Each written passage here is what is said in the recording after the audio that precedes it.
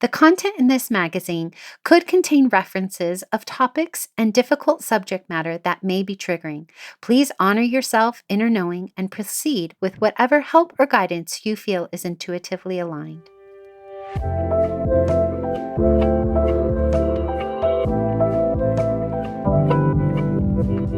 Welcome to Sovereign Magazine Podcast. I'm Nicole George, CEO and founder of Sovereign. I'm so happy you are here. We are the magazine podcast and community guiding 5 million women to their sovereign selves.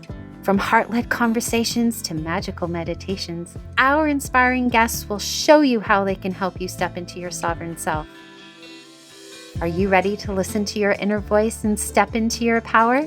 Then keep listening to hear all of the intuitive messages meant for you today.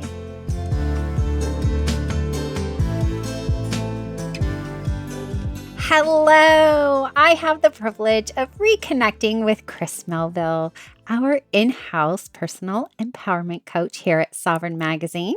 Alongside her transformative coaching sessions and workshops for Sovereign Community, Chris runs a thriving coaching practice and is a certified rapid transformational therapy practitioner. With over 30 years of corporate experience, she is passionate about empowering women to overcome mindset challenges and build thriving businesses. A true expert in personal empowerment, Chris helps others step boldly into their power. Welcome back again, Chris. Hey, it's so nice to be back and to reconnect with you, Nicole. I know it's so nice that we are connecting across the globe. For anybody who doesn't know, you're in the UK, I'm in the US. It's so beautiful.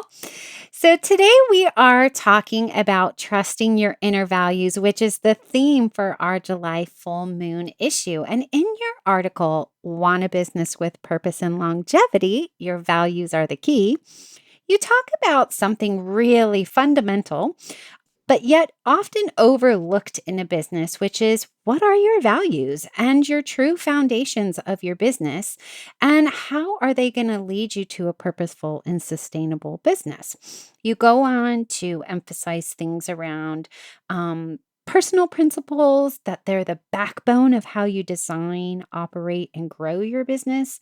And then you go into the fact that when you get really clear on your values, especially when you're at the beginning, that every decision should stem from those values and should align with your core beliefs. So if you're trying to build client relationships or looking at marketing, everything should tie into your values. So for those who perhaps haven't had a chance to read your amazing article yet, maybe let's give a little recap and explain a little bit more about this topic for them. Well, I think values are just so key to your business. And, it can kind of bring us back to my favorite topic, CEO mindset, and the difference between running your own business and being employed. Now, many years ago, the company that I was working for shut down its London office. And when I was looking for a new job, I got approached by a mining company. And they were creating a mine somewhere in, I can't remember where it was someplace in Eastern Europe, and they wanted me to come on board as their COO. But I couldn't because I didn't agree with what they were doing. They were flooding out a valley where a community had lived for hundreds of years. They had been given the rights to just displace the community if they wanted to. The type of mining that they were doing was very chemically driven. And there was worry that if it didn't work right, if something broke, they would flood the river that fed everything around it and fed it as a tributary into one of the main national rivers. And it's just like they really, really wanted me. And I just kept saying no. And the headhunter I was working with was getting really mad at me because they were like offering me shares. And every time they came back, they just put the offer up. But I just couldn't work like that because it didn't align with my values. And I know everybody on this who's in this audience who's listening, if they've had a corporate role, they will have been in a similar place.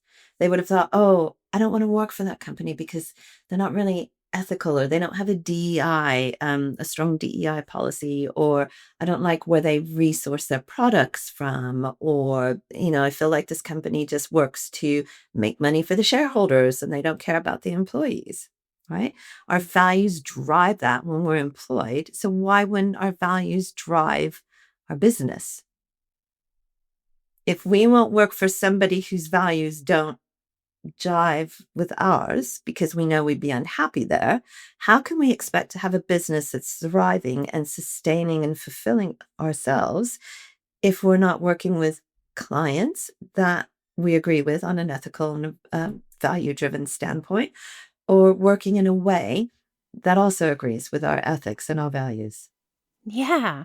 So it actually reminded me of another word, and I'm wondering if you feel that there is a link between them. So, we're saying values, but sounds like to me it was a little bit of integrity as well. And that you just were like, this is just not fitting my integrity, my values, my authenticity. I don't want to put my name to it. And I often wonder, we talk about values, but how deeply do we examine them and become aware of them and how they're impacting us and our business decisions? Like, a lot of people, if they were having money and extra shares thrown at them, might go ahead and take it because their values have been maybe shaped in, their early childhood to seek those material things. But so maybe why don't we kind of examine, where are our values coming from? Where have they evolved from? And our surprising relationship with them.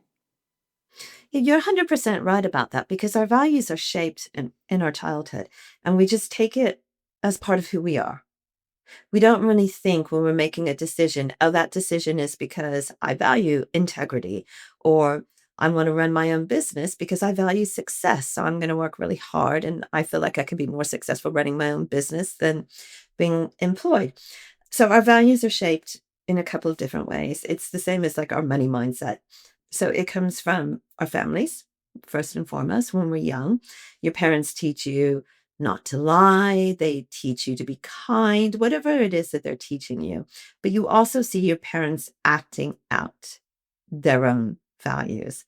So parents and family members are your first level. Then you get to school, and teachers start to influence you when you're younger. Your peers, as probably as you start to come into your teenage years, your peers really start to influence your values, because teenagers, we all know, are really insecure and they want to fit in. They don't want to be seen as being different. It's really important to be, you want to be popular, you want to fit in, you don't want people looking at you going, oh, they're weird. So you adapt to the values of the herd community that you're socializing with. And that's also where marketing starts to come in and influence our values. And then as we get a bit older, working, how we work, the people we work around, the environments that we work around and work in influence our values. And then our partners and our friends as adults have an influence as well, but we don't recognize it. We never stop and think, oh, my values are changing because of these people that I'm with. We have a need as a human being to be part of a herd, to be part of a tribe, because from the caveman days, that's how we stayed safe. That's how we stayed alive. So we have these inherent like memories that are buried deep in the lizard part of our brain, that if you're not adapting to the values of the people around you, you're in danger. So why would we take the time to like investigate our values and wonder, oh, is this really who I am? Are you ready to be part of the movement of guiding 5 million women to their sovereign selves? Are you a woman who trusts her inner voice and is stepping into her power? Then subscribe to Sovereign Magazine, podcast, and community, where you can become part of our global community, because your journey to empowerment starts here.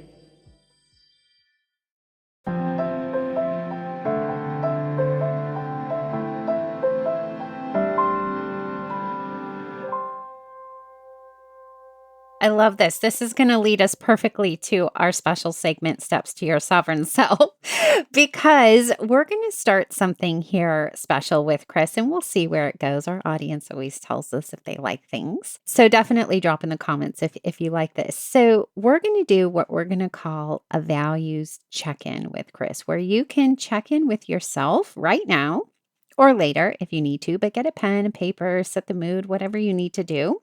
to do a values check-in with regards to yourself, either personally or professionally, either way, because most of what we talk about can extend to both. And Chris is going to guide you through some ways that you can start looking at your values and if they were shaped for you or if they are yours. So let's go there. All right, Chris, take it away. I'm going to add another caveat to that as well. When you're investigating your values, ask yourself, have I outgrown this value? Have I achieved everything I needed to achieve? That this value is no longer a priority for me. Yes. Yeah. Outgrown them. Okay. Yes. Evolved. I like the word evolved. Evolved. There you go. Good word. Okay. So the first thing maybe to do is to sit down, grab a piece of paper, sit down and write down the top 6 to 10 values that you would like to, the ones you would most like to embody. There's the word I was looking for. Yep. So, what values would you most like to embody? And think about why you want to embody them. What makes them important to you? Why is it something that you want to have in your life? And then start to think, how far away from embodying these values am I? Maybe you do embody those values all the time. Maybe maybe if kindness is important, maybe you're really kind to your clients, maybe you're not so kind to your partner. Yeah. Maybe you could be a little bit kinder to yourself. Let's not forget that our values apply to ourselves. It's not just to our relationships with others, but with our relation to ourselves. Maybe if integrity is important to you, are you embodying integrity in your business in every way?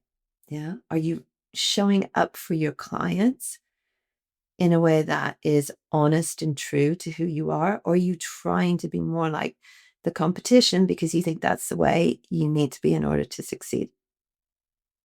So pick out the values that you think you most want to embody and look at how far away you are from them. And then let's start looking at some ways that you could show up a little bit more often and embody those values. Maybe you want to be more aware of your surroundings. Maybe you want to be more in the moment. So, a great way to do that, if you feel like you're not living that way, is to say, okay, I'm going to meditate 10 minutes a day. What's one small step you can take? And whether it's your business life, your personal life, your love life, whatever it is, identify this I can do that's going to work all the way across my entire life. Or maybe this is pretty good in my relationships, but I need to work more on this in my business and just focus on that. And then think about the values that you think you have and ask yourself, are these values still true to who I am as an adult? Or have I evolved away from them as I've grown and matured? Right? Maybe something like being popular, being seen to be important to business that you worked in, maybe being the life of the party, whatever it is. Maybe that's something that you don't really worry about anymore because you worried about that when you were a teenager. But hey, now I feel pretty comfortable in my own skin, so I don't care if people like me or not. Some people will, some people won't. So is being popular or being the life of the party an important value to me anymore? These are such great values check ins. So, for those of you who have done this exercise, we want to hear. We want to hear about it. You can comment below. You can come into Sovereign Community and connect with me and Chris. I mean, we just love talking to people. So, community.sovereign-magazine.com. You can connect on socials with her. All of her details are in the show notes. Definitely let us know because for me personally, community is where I love to be. I love to connect with people. So if you've done this values check-in and you want to share like an aha moment with us, like definitely do that. Chris and I love that kind of stuff. So stay tuned for our next episode. She's going to be back again with all of her beautiful wisdom and knowledge. So she's not going away. And thank you so much for being here today and helping us check in with our values, Chris. Yeah, I'm not going anywhere because one of my values is stubbornness. Stubbornness. Yes, I love it. I love it. Okay. We will see stubborn Chris on the next episode. See you soon.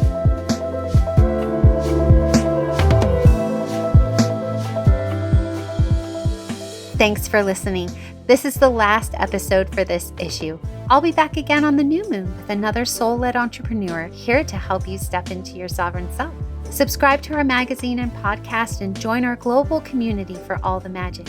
Details to connect with today's guest or join the movement are in the show notes. And if you enjoyed this podcast, please leave a review. It helps us reach our goal of guiding 5 million women to self-sovereignty.